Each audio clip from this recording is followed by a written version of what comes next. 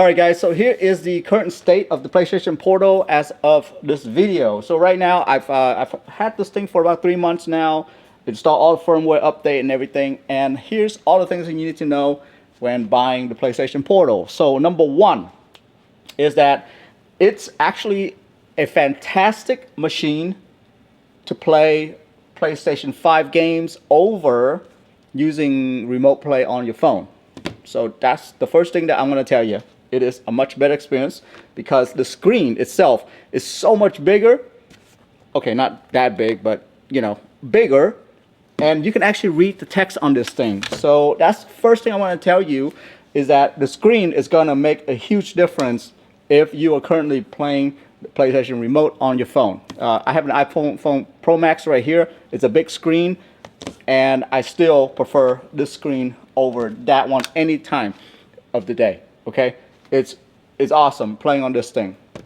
Secondly, because literally the PlayStation 5 remote controller is on this thing, all the haptic feedback and the little vibration and everything like that is on here. So it's exactly like how you would use the PlayStation controller, versus if you use, you know, a backbone controller or something like that on your phone, you're not getting that full experience. So the third thing, which can be a good or a bad thing about the PlayStation Portal, is that they actually use their own wireless technology on something like this right here, the Elite headset.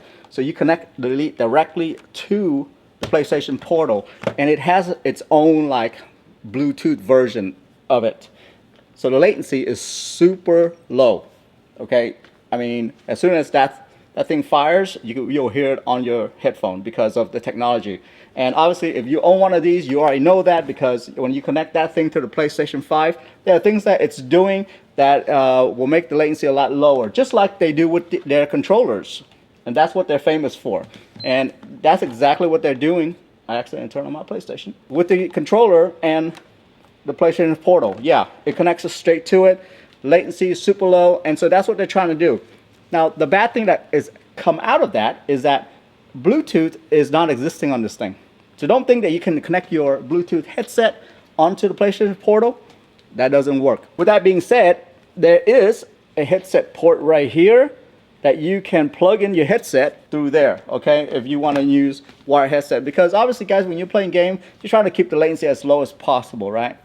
Fourth thing, which just came into my head, is that how low the latency is from you using the screen and just standing right in front of your PlayStation here playing.